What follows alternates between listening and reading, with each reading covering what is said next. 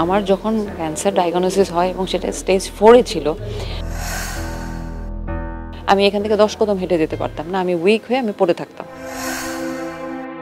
কোথাও কোনো কাটাছেঁড়া ছাড়া ক্যান্সারের যে টিউমার সেটা যে ডিসলভ হয়ে যায় এটা হয় নাই। চিনি কিন্তু খাওয়াই যাবে না। সুগার হচ্ছে ক্যান্সারকে বাড়িয়ে দেওয়ার, ওই সেলগুলোকে ইগনাইট করার এমন একটা কম্পোনেন্ট যে সুগার খেলেই ওটা ইমিডিয়েটলি বেড়ে যাবে। আমি নিজে প্রোডাকশনে থেকে ক্রিকেট বা স্পোর্টস রিলেটেড শোগুলো আমরা প্রডিউস করতাম, আমি নিজে প্রডিউস করতাম। আমার যখন ক্যান্সার ডায়াগনোসিস হয় এবং সেটা স্টেজ 4 এ ছিল, তখন রীতিমতো স্টেজ 4 ক্যান্সার মানে হচ্ছে মানুষজন ভাবে যে কী জানি হয়ে গেল। আমার ফ্যামিলির সবাই এত ভেঙে পড়েছিল, I was the only person যে আমি সবাইকে মোটিভেশন দিচ্ছি বা বলে যাচ্ছি যে এটা ভেঙে পড়ার মতো কিছু না, it's a problem, I have to face it. So আমি মানসিক এই সবার ওই মানসিক শক্তিটা থাকে না। তো আমি যখন ওইভাবে চেষ্টা করেছি তখন আমার বাসার মানুষজনের মধ্যেও বা আমার পরিবারের মধ্যেও হয়তো ওই ভীতিটা কেটে গেছে যে না, ওর সামনে এরকম করে কথা বলার কিছু নাই। আমার খারাপ লাগা ভালো লাগা আমি নিজে সেটাকে কোপ আপ করার চেষ্টা করেছি, বিকজ আমার হয়তো ওই মানসিক স্ট্রেংথটা ছিল, সবার মধ্যে সেটা থাকে না। তো আমি চাই যে সবার মধ্যে এই মানসিক স্ট্রেংথটা আসুক। যে কোনো সমস্যা আসলে সেটাকে মোকাবেলা করতে হবে বা সেটাকে ফেস করতে হবে এবং এটার সলিউশন খুঁজতে হবে। আমি কিভাবে ভালো থাকবো সেই দায়িত্ব তো আমার। এটা অন্য কেউ আমাকে বলে দিলে আমি ভালো থাকবো নট নেসেসারি, আমাকেই ফাইন্ড আউট করতে হবে। তো আমি বলবো যে সবার ক্ষেত্রে এটা শুধুমাত্র ক্যান্সার না, যে কোনো অসুখ বলি বা যে কোনো খারাপ সময় বলি, সেই খারাপ সময় মানুষ নিজেকে যদি মানসিকভাবে স্ট্রং রাখতে পারে তাহলে অনেক কিছু ওভারকাম করা সহজ হয়ে যায়। 2022-এর ঘটনা, 2022-এ ইনফ্যাক্ট আমার ওই সময় আমার শ্বশুরও প্রচণ্ড অসুস্থ ছিল। আমি তাকে নিয়ে প্রচণ্ড হসপিটালে দৌড়াদৌড়ি করছিলাম, সেখানে আসলে আমার নিজের দিকে তাকানোর সময় ছিল না। কিন্তু আমি খুব উইক ফিল করতাম যে আমি রেগুলার জিম করতাম, আমি দেখা যেত একদিন দুদিন জিমে যাওয়ার পরে আমি খুব উইক ফিল করতে শুরু করেছি এবং আমার 3 দিন 4 দিন হয়তো রেস্ট করতে হচ্ছে ঘরে, বা আমার ফ্রিকোয়েন্ট জ্বর আসতো। একটু একটু হয়তো বা জ্বর মানে মাসে একবার দুবার হয়তো জ্বর, গা গরম গরম। তো তখন মনে হচ্ছে ভেতরে কোনো ধরনের কোনো একটা সমস্যা হওয়ার কথা। যখন আমি টেস্ট করলাম, ডায়াগনোসিস করলাম, তখন দেখা গেল যে ওরা বলছে যে এটা একটা ম্যালিগনেন্ট আছে আমার লাঙে। তো সেটাকে ট্রিটমেন্ট করব কি করব না, ওটা যখন ডায়াগনোসিস হলো তখন আর আমি আসলে সময় কালক্ষেপণ না করে আমি দেশের বাইরে চলে যাই। আর ওটা একেবারে কোভিড শেষ হওয়ার পরের ঘটনা। তো কোভিডের মধ্যে এমনি একটা বিশাল বড় ধাক্কা ছিল, মানসিক প্রেশার সবার মধ্যেই ছিল।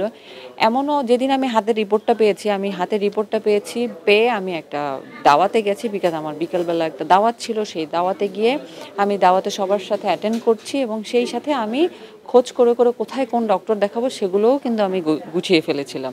কারণ আমার মনে হচ্ছে এই মুহূর্তে এখন একটা ক্রাইসিস এসছে, এখন যদি আমি নিজে ভেঙে পড়ি আমার পরিবারের মানুষজনের মধ্যে আরও বেশি শোকের ছায়া চলে আসবে। মানে যখন রিপোর্টটা হাতে পাচ্ছেন তখন কি বিশ্বাস হচ্ছিল যে আমার বিশ্বাস হচ্ছিল না, আমার মনে হচ্ছিল যে কোথাও কোনো ভুল হতে পারে। এটা সত্যি কথা, এটা প্রত্যেক মানুষের ক্ষেত্রে এরকম হয় যে আমার কোথাও কি কোনো ভুল হলো কিনা।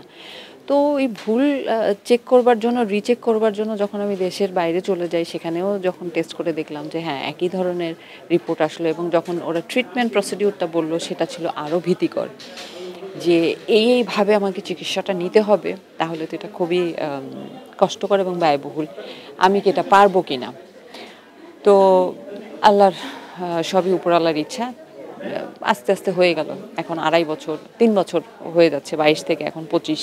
এখন কি অবস্থা, আপনি প্রপার ট্রিটমেন্টগুলো কি নেওয়া হয়েছে? এখন একেবারে এটা হয় কি যে ডক্টর যেই সময়ে যে ওষুধটা নিতে বলে বা যে কেমোটা নিতে বলে, একদম ওই সময় ওই জিনিসটা করতে হয়, কালক্ষেপণ করা যাবে না, বিকজ একটা সার্কেল থাকে। তো এই ট্রিটমেন্টের ওইটাই হয়ে যায় বড় সমস্যা। অনেক সময় দেখা যায় কেমো টাকা অনেকের জোগাড় করতে অসুবিধা হয়ে যায়, বিকজ এটা একটা কস্টলি ব্যাপার। তো সেটা যদি সে পারে যে আগে থেকে জোগাড় করে রাখলে এবং দিনগুলো যদি মেনটেন করে যেতে পারে, একটা সার্টেন টাইম পর্যন্ত ট্রিটমেন্টটা নিতে হয়, কিন্তু সারা জীবনের জন্য না, একটা সার্টেন টাইম পর্যন্ত ট্রিটমেন্ট নিতে হবে। এবং সেই ট্রিটমেন্টের মধ্যে তখন দেখা যাবে আরও কিছু থাকে, প্রসেস থাকে, যেমন আমাদের ফুড হ্যাবিট, আমাদের রেগুলার এক্সারসাইজ, এগুলো যদি আমরা করি। হ্যাঁ, আমার সকালবেলা ঘুম থেকে উঠতে ইচ্ছা করছে না, আমার এক্সারসাইজ করতে ইচ্ছা করছে না, কিন্তু শারীরিক এই ব্যায়াম এটা কিন্তু করতেই হবে। কারণ ও কি করে আমাকে শরীরে আমার ইমিউনিটি সিস্টেমকে বাড়িয়ে দেয়। আমাদের খাবারের অভ্যাস, খাদ্যাভ্যাস বলি, আমাদের ঘুমের সাইকেল, রাত জাগা যাবে না, তো এগুলো অনেক কিছু আছে কি ডিসিপ্লিন করে ফেলে। হ্যাঁ, কেমন এলে তো শরীরের অনেক পরিবর্তন অনেক ঘটে। পরিবর্তন হয়, অনেক উইক লাগে। এমনও হয় যে আমি তখন এমন হতো প্রথম দিকে এখান থেকে 10 কদম হেঁটে যেতে আমার কষ্ট হতো। আমি এখান থেকে 10 কদম হেঁটে যেতে পারতাম না, আমি উইক হয়ে আমি পড়ে থাকতাম। আমি হুইল চেয়ারে করে এয়ারপোর্টে এত দূর যাওয়া আসা করতে হবে, I was in wheel chair. আমি হাঁটতে পারছি না, আমার প্রচণ্ড প্যালপিটেশন বাড়ছে, হচ্ছে, সমস্যা হচ্ছে। এই জিনিসগুলো আমি ফেস করেছি এবং এই ফেস করাটা কিন্তু প্রথম 6 মাস, যখন শরীরে ওষুধটা অ্যাডজাস্ট হতে টাইম লাগে। ওই 6 মাসের পরে কিন্তু যেটা হয়েছে যে আমি আমার ফুড স্টাইল, লাইফস্টাইল, ঘুমের সাইকেল, খাবার সাইকেল, এভরিথিং আমি চেঞ্জ করে ফেলেছি। তখন দেখা যায় কি ওইটা আমার ট্রিটমেন্ট প্রসিডিউরকে একটু এক্সপিডাইট করে, ওটা বেটার হতে সহযোগিতা করে। সো সেই জিনিসটাই হয়েছে এই যে এবং সব কিছু মিলিয়ে তখন একটা গুড রেজাল্ট পাওয়া যায়। ডক্টর হ্যাপি থাকে, আমিও হ্যাপি থাকি। আমাকে তো ডিসিপ্লিন মেনটেন করে চলতে হবে। প্রথম সুক্রিয়াটা আমার কখন আসে আমি বলি যে আমার কিন্তু কোনো অস্ত্রোপচার করতে হয়নি। হ্যাঁ, যে টিউমারটা ছিল, আমার যে মেডিসিনটা দিয়েছিল, এই থেরাপির মাধ্যমে টিউমারটা ডিজলভ হয়ে গেছিলো। সো সেটা ছিল আমার জন্য মিরাকেল, কারণ কোথাও কোনো কাটাছেঁড়া ছাড়া ক্যান্সারের যে টিউমার সেটা যে ডিজলভ হয়ে যায় এটা হয় নাই। তো সেটা আমার জন্য একটা বড় ধরনের মিরাকেল ছিল এবং সব উপর আল্লাহর ইচ্ছা। একটা জিনিস খুব ইম্পর্টেন্ট, সুগার, চিনি কিন্তু খাওয়াই যাবে না।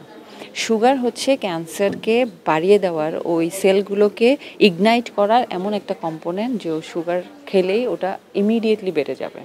ওটাকে আপনি তখন একটা খাদ্য দিচ্ছেন, ওটাকে বাড়ার সুযোগ দিচ্ছেন। সো ওটাকে সেলটাকে মেরে ফেলা, আপনি যদি প্রাকৃতিকভাবে আপনি সেলটাকে মেরে ফেলার চেষ্টা করেন তাহলেই আপনার এটা অর্ধেক প্রবলেম সলভ হয়ে গেল। তখন ওষুধে বাকি অর্ধেকটা সমাধান হবে। এই জন্য কিছু জিনিস আছে যেমন ভাজা খাওয়া, ডিপ ফ্রাইড জিনিস, ফ্রেশ খাবার খেতে হবে, ফ্রিজে রাখা খাবার খাওয়া যাবে না। তো ফ্রেশ খাওয়া এই সমস্ত জিনিস যদি মেনটেন করা যায় তাহলে আপনি অটোমেটিক্যালি 50% প্রবলেম সলভ করে ফেলতে পারছেন, না বাকিটা চিকিৎসাতে হয়ে যাবে।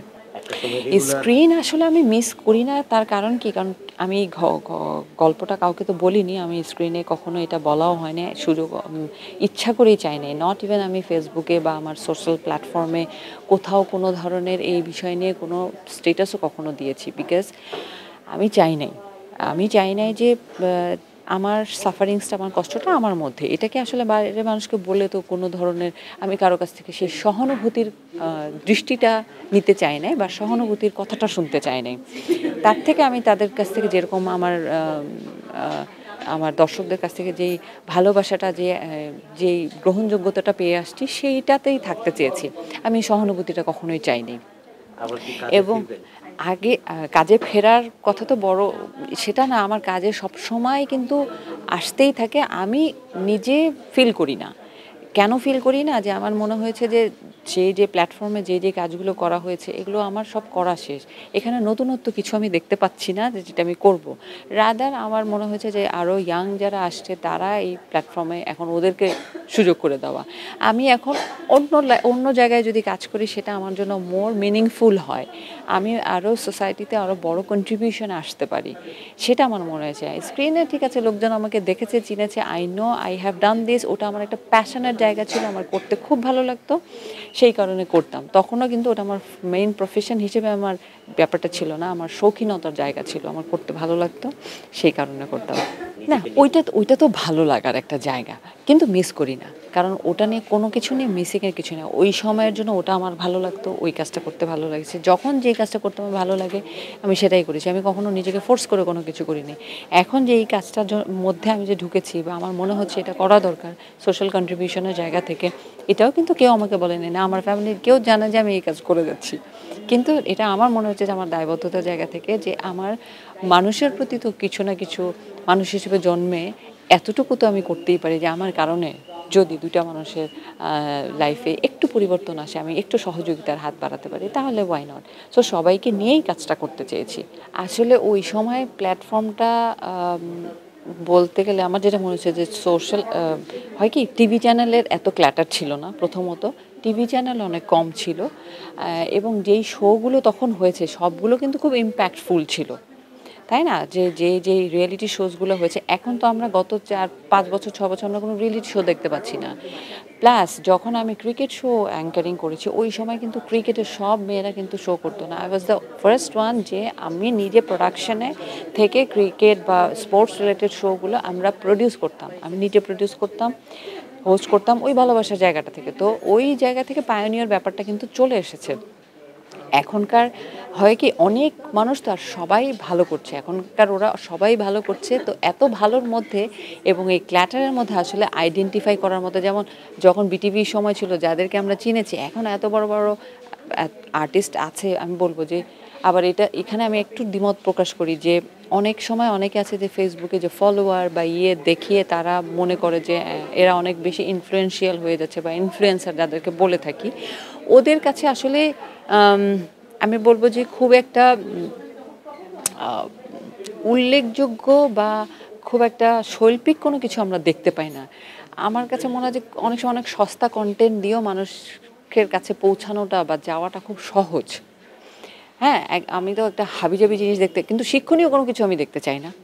তো সেটা আমি বলবো আরও যে যারা এই জায়গাটাতে আছে বা কাজ করছে, তারা অ্যাটলিস্ট ভালো জিনিসগুলোও তুলে ধরার চেষ্টা করুক সমাজে, তাহলে তাকে দেখে ইন্সপায়ার্ড হয়ে আরও 10 জন হয়তো বা সেই কাজটা করতে চাইবে। আমি যদি কোনো একটা আমি খাচ্ছি, অহেতুক এই খাওয়ার ভিডিওটা আমি করছি, আমি ফেসবুকে দিচ্ছি এবং ওটাতেই হাজার হাজার ভিউ হচ্ছে। ওয়্যারঅ্যাজ আমি একটা ভালো জিনিস যখন বলতে যাচ্ছি, সেইটা কিন্তু লোকজন এত দেখছে না। সেখানে হয়তো লাইক আসছে, কমেন্ট আসছে কম। কেন? কারণ ওইটাতে খুব একটা স্পাইসি কিছু নাই। তো মানুষের আসলে মৌলিক শিক্ষাবোধের ওই জায়গাটাও মনে হয় অনেক বেশি চেঞ্জ হয়ে গেছে। তো অনেক মানে হাবিজাবি কন্টেন্ট দেখতে লোকজন বেশি পছন্দ করে, যেগুলো অহেতুক আমার মনে হয় এগুলো স্ট্রেস বাড়ায় আরও বেশি। রাদার আমরা যদি আমাদের জায়গা থেকে এইটা সুযোগ থাকে, আমরা ভালো কিছু করে সেই কন্টেন্টগুলো মানুষকে দিতে পারি বা বলতে পারি, ওইটা অনেক বেশি ইম্প্যাক্টফুল হবে এবং সেই সব সোশ্যাল কাজে বা ভালো কাজে অন্যরাও উদ্বুদ্ধ হবে, তাদের বিহেভিয়ারাল জায়গাটা চেঞ্জ হবে। খবরের কাগজ, এখন খবর হবে নিখাত, নির্ভীক, নিরপেক্ষ।